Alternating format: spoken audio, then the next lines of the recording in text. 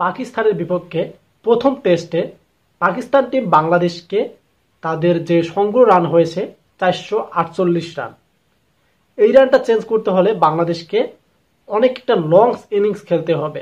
যেমনটা পাকিস্তান টিমের দুইটা প্লেয়ার দুইজনে সেঞ্চুরি পেয়েছেন। সো এরকম যদি বাংলাদেশ টিমের মধ্যে তারা সেঞ্চুরি করতে পারে, দুইটা বা একজন লং ইনিংস খেলতে পারে, তাহলে কিন্তু রানটা চেঞ্জ হতে পারে।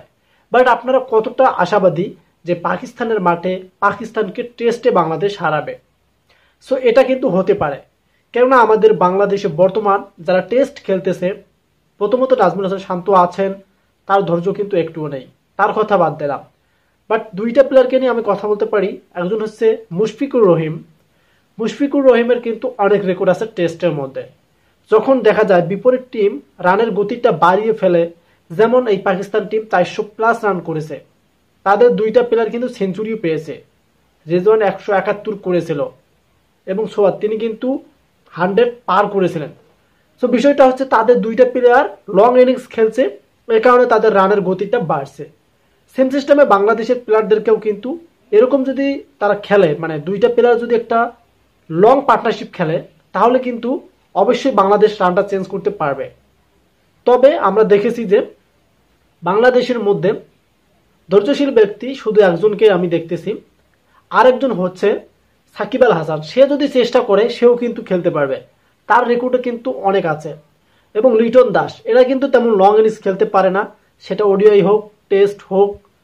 আর একজন প্লেয়ার আছে, তিনি হচ্ছেন, আমি আপনাদেরকে দুইটা প্লেয়ারের কথা বলতেছি, আপনারা হয়তো ভাববেন যে সাকিব আল হাসান লং ইনিংস খেলে, সেটা নয়। মমিনুল এবং মুশফিকুর রহিম, এই দুইটা প্লেয়ার যদি ক্রিজে থাকে, যদি টেকে, তাহলে কিন্তু এই রানটা চেঞ্জ হতে পারে। বাট বাকি যে প্লেয়ারগুলো আছে তাদের আমি কোনো ভরসা পাই না, কারণ তারা কিন্তু অত লং ইনিংস খেলতে পারে না। লিটন দাস আছে এবং এদিকে কিন্তু নাজমুল হাসান শান্ত, তার সাথে সাথে সাকিব আল হাসান, আরও যে প্লেয়ারগুলো আছে তারা কিন্তু নতুন নতুন প্লেয়ারকেও কিন্তু বাংলাদেশ টেস্টে তারা জয়েন করেছে। বাট তাদের কথা বাদ দিলাম। সিনিয়রদের ক্ষেত্রে কিন্তু মমিনুল এবং এই মুশফিকুর রহিম, এই দুইটা ব্যাটার যদি জাগ্রত হয়, যদি একটু থাকে ক্রিজের মধ্যে, তাহলে রানের গতিটাও বাড়বে এবং পাকিস্তানের বোলাররাও কিন্তু হতাশা বোধ করবে যখন তারা উইকেট ফেলাতে পারবে না। সো আমরা দেখেছি যে তারা প্রথমত 12 ওভারে 27 রান করতে পারেছে। এক কথায় পাকিস্তান যখন ব্যাটিং তাদের শেষ হয়ে গেল, যে বিকাল টাইমটা ছিল, সেখানে দেখেছি তারা 12 ওভারে 27 রান করেছে, কিন্তু উইকেট যায়নি বাংলাদেশের। সো এটা একটা ভালো হয়েছে যে প্রথম থেকে তারা উইকেট ধরে রাখতেছে। যদি উইকেট ধরে রাখতে পারে তাহলে কিন্তু তারা সেট হয়ে যাবে এবং পাকিস্তানি বলারও তারা কিন্তু হতাশা বোধ করবে। তাহলে কিন্তু বাংলাদেশের একটা লং পার্টনারশিপ আশা করা যায়। আর এই 448 রান চেঞ্জ করতে হলে অবশ্যই দুইজনকে সেঞ্চুরি পার করতে হবে। এটা 100% আপনাকে মানতে হবে যে দুইজনকে সেঞ্চুরি পার করতে হবে, যেমনটা পাকিস্তানের ব্যাটাররা করেছে।